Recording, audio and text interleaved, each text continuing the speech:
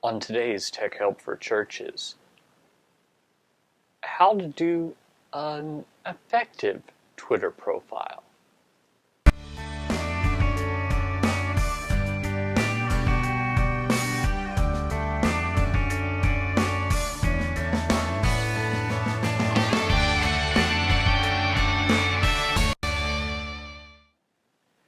Hi everyone, welcome again to Tech Help for Churches. This is the show where every week we discuss all sorts of social media, new media, and just general internet and web trends and tools that you can use for your church.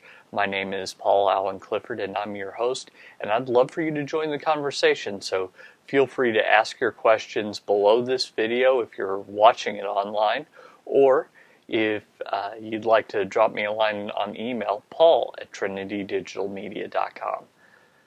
So let's talk, shall we, real quick about your Twitter profile. Now this is a little piece of minutia that a lot of people miss, but it really can have a big impact if you get this right. So I am looking at my Twitter profile right now, and let me tell you some stuff that I've done right and some stuff that I've done wrong through the years, and we can just go from there.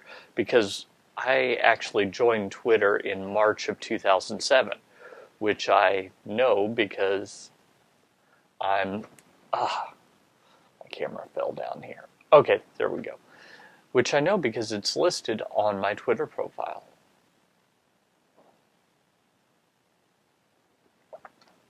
So that's the first piece of information that's there. If you're ever curious now, how long ago did I join Twitter with this account? In my case, March of 2007. Now I've had several different screen names over the years, so I'll talk about those in just a second, but first I want to talk about my real name. You'll notice that I'm listed as Paul Allen Clifford.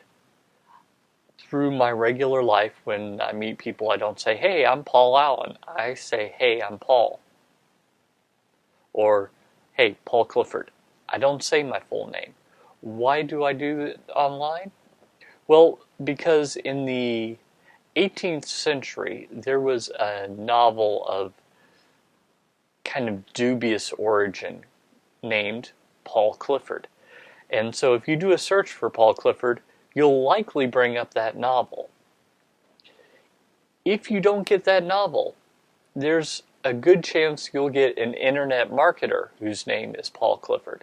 And while I do some internet marketing, my whole point isn't, hey, this is how to build your list. This is how to reach out to people using all these internet marketing buzzwords. That's something I might use on occasion, but it's not the core of my message. So I don't want he and I to be confused. Additionally, I don't own paulclifford.com, despite wanting it and trying to get it for several years. I don't own it. I own paulclifford.org. So I thought that I would change to Paul Allen, A-L-A-N, Clifford. And if you Google that, it should be the case that I come up as all the results on the first page. Now, it's different places that I've been all over, but that is me, not someone else, me. Now, you do need to know how to spell Allen, A-L-A-N, but if you Google Paul Allen Clifford, which is the name that I'm using on my Twitter account, then you'll find that you come up with me, and only me, at least on the first page of Google results. It filters from there, but just typing Paul Allen Clifford spelled the right way gets you me. So that's why I'm using that name on my Twitter account. Under it is my Twitter handle. Originally I used Sempei13, SEMPEI13, which I have another account that I've moved that name over to, and maybe we'll talk someday on how to do that. But that is a name that is available just about everywhere. There's a reason it's available just about everywhere. First off, it's a misspelled Japanese word. So it's not even, first off, I misspelled it, remembered the transliteration wrong, and so I misspelled it as I was using it all throughout later in my college career. Secondly, it really doesn't mean anything. I mean, the correctly spelled word means older friend. It's a term of respect in Japanese, and I kind of picked it up when I felt like I was everybody's older friend in college. Of course, I was 21, and these people were 19 to 20, so I was all kinds of ancient compared to them. But it really doesn't make any sense now in light of who I am online. So I've changed it. Now, I briefly went through a phase when I was launching my first book, Podcasting Church, where I went by Podcastin' Church because I was trying to save letters. But that I still have that on yet another account, but it's not really who I am in total. So I decided to go with my full name. But because my full name is 16 characters long and you only have 140, that's pretty longish. So I decided to cut it down. Learning from Amber MacArthur, who goes by Amber Mac.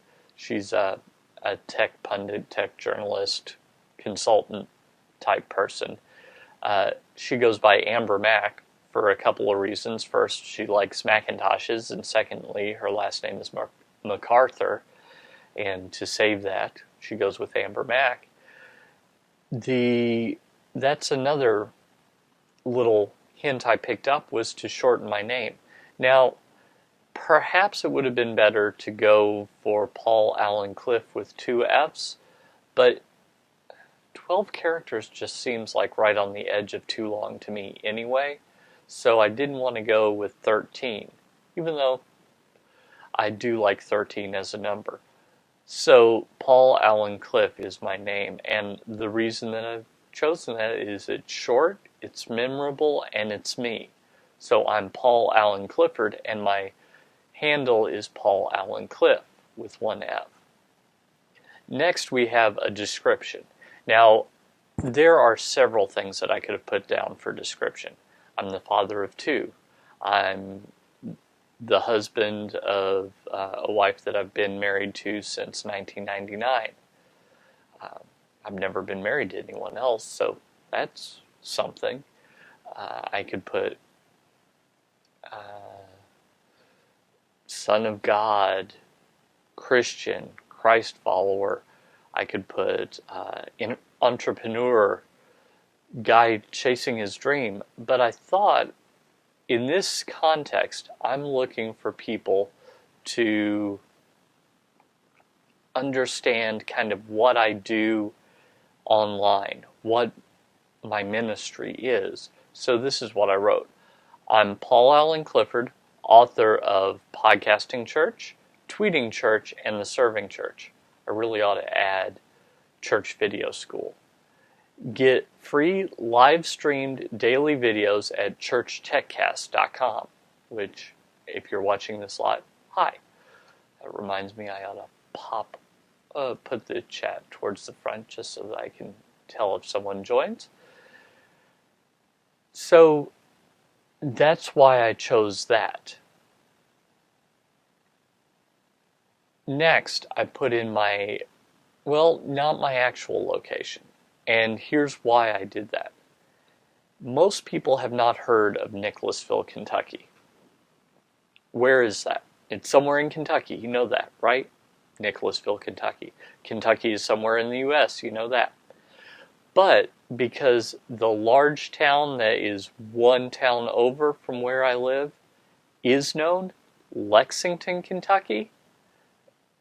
Lexington, Kentucky is the the area that I choose so that you can get a general gist of where I am. Most people who follow college sports know where Lexington, Kentucky is because they've heard of the University of Kentucky Wildcats basketball team. So that is the reason that I chose it. Also, from a keeping track of where I am in light of the other people in my area standpoint, I am far and away the #1 Twitter user in Nicholasville, Kentucky, by a factor of 10, I think. So if I go to, let's see here, what's the name of the website? If I go to twitaholic.com/top100/followers/by location/Lexington %2C plus KY / I can search and find out that I'm the #8 Twitter user in Lexington, Kentucky. Now, a good number of the people that are in the top 10, like me, are building their Twitter followers by introducing themselves and unfollowing people that don't care. A good number of them. All the rest of those people are connected in some way to the University of Kentucky men's basketball program. The coach is the #1 Twitter user, for example. So that tells me a little bit about the area that I am in and what I might do to reach out to people that are local. You see? So that is why I chose that particular area. Now next, there's a place on your Twitter profile for your URL. I've already put in one URL, and that was in my description. When I talked about myself, I included the URL that I wanted people to visit. But in my website description, I have some choices. I've got paulclifford.org I could use, but I don't do a lot there. I could do Church TechCast, but I've already used that in my description. So what I chose to do was do my main URL, which is trinitydigitalmedia.com. And trinitydigitalmedia.com is all about basically everything that I do online. It's my company URL. If you're using this for your church website, you'd probably want to use your church's specific URL. Let me discourage you, unless this is a denominational account, from using your denomination's URL. Here's why. Maybe as a church, you have slightly different views of than your denomination as a whole. That's okay. You might be okay that they have different views from you. Perfectly fine. But the next question is, what if they do something that you typically don't agree with? And it's not that you would go out in the street and demonstrate against it. You just don't want to necessarily endorse it. By putting the denominational URL, you're actually saying, I endorse this. At least some people will take that information, and that's how they'll see it, is I endorse this information. So that's something that I want you to consider, is that you can endorse this information by mistake. So I think it would be better to have your church's URL there. Next information, it has the date you joined. But let's talk about your picture, which is at the very top. Depending on what type of account this is, you should choose an appropriate picture. The very first thing you should change when you're creating a new Twitter account is you should get rid of the egg icon, because basically that says I don't care, or I'm a spam account, or something like that. It takes effort to change the picture, so that's why it matters. It matters that you change the picture. So that's what I want you to do, is change the picture. The picture I've chosen is one of my professional pictures, and I actually need to have this changed because I was going for serious and authoritative, and apparently I look more mad. And I'm not a mad person. I'm actually kind of a fun, jokey person. So that should really reflect my personality a little bit more than it does. If you're the pastor and this is your personal account, consider having a headshot of yourself or an action shot or something where it's you and it's your personality coming through. If this is the church Twitter account, consider having a picture of the church or a picture of a church activity, etc. I think that is very important. Now let's talk about some mistakes that I've seen and some of which I've made. I already told you that in the past for my Twitter handle I had a name that didn't mean anything. I acknowledge there are very few names available on Twitter anymore, so you're going to have to be a little on the creative side. But try and make it as much about yourself or the organization you're tweeting on behalf of as possible. So if you're a pastor, maybe Reverend or REV something, or maybe Pastor something, or end it with MDiv if you've got an MDiv, or start it with doctor if you're a doctor. You know, something like that might help you narrow it down.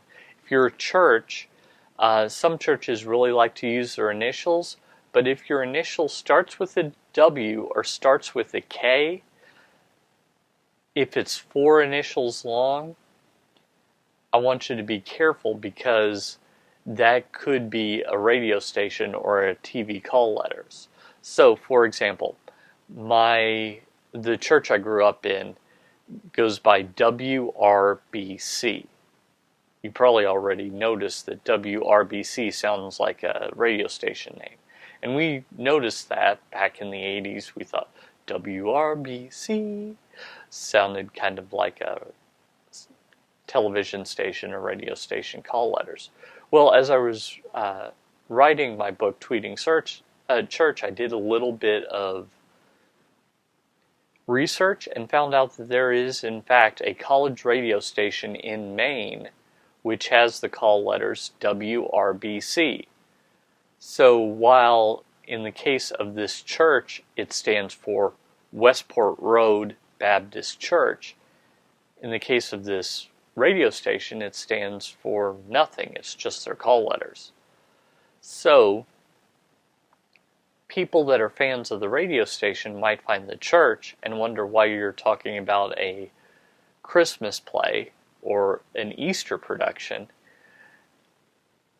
and vice versa. People that are looking for the church might be wondering why you're talking about the latest album from Beyonce. So you see how you've just got to be careful. What this particular church used, which is my sister's church, my mother's church, in fact my sister actually works there, is they used my MYWRBC, which again is fine, but it could be easily confused with this radio station. So that's something to be careful about. For names, if it's a church, feel free to use the church name, but if you've got kind of a generic church name, put something in there to help, because there are about 1 billion First Baptist Church. There's like 300,000 First United Methodist churches. I don't know why the trend of first something. Maybe they just want to go first. I don't know, but it predates my time. I'm only 40 years old, so it predates my time on this earth. And there are a lot of first and second stuff, and same thing for banks, so I don't know that that helps, but you could absolutely do like a mission statement or something like that, where you say quest, comma, transforming unconvinced people, etc. Now, you don't have a bazillion characters, you don't have a full tweet length, so you've got to shorten it, because my church's mission statement is transforming unconvinced people into wholehearted followers of Jesus. So that would be way too long. But that might be great in the description. Understand? And there are other Quest churches, by the way. I know that there's a Quest United Methodist Church, for example, where their pastor got the name from, he used to go to our church. So it's possible to have these different names and to just keep them in mind. That really didn't make a lot of sense, but you know what I mean, that you need to differentiate your name. Next, for location, I've seen a lot of people say planet Earth. Not helpful. Not even helpful. The universe. Not helpful. Safe in Jesus' lap. Perhaps true, but not helpful. The location really should be geographic location, because there are some people that will want to connect to you locally. If you are a church, you are a local business. You might not think of yourself as a business, but you are nonetheless. And if you're a local business, I want you to really figure out how to connect with people locally. People are more likely to visit your church physically. Now, they might go to the website, they might watch your live stream. I'm a big fan of live streams, don't get me wrong. But if they're looking for a church locally and you say, safe in Jesus' lap, that really doesn't help them. Not even a little bit. So I want you to put your actual location, or at least a large town that you're close to. So while Willow Creek is in South Barrington, Illinois, perhaps Chicago, Illinois would be okay. That would get anyone in the Chicago area to consider them, and then they could research further from there. But I wouldn't say New York City when you're actually in Maryland. No, sorry, too far away. So consider what you're going to do, and consider somewhere that's geographically significant and helpful to the people that will come across your Twitter account. Next, for your URL, please don't put a Facebook page there. Facebook pages are falling out of disrepute very quickly, and the reason is because Facebook is making them less useful. They're trying to squeeze every penny out of everyone that they can, and organizations like churches don't have extra advertising dollars to make what used to be an effective means of reaching out to people effective again. To get all your posts seen by all your people is going to cost you some money every time.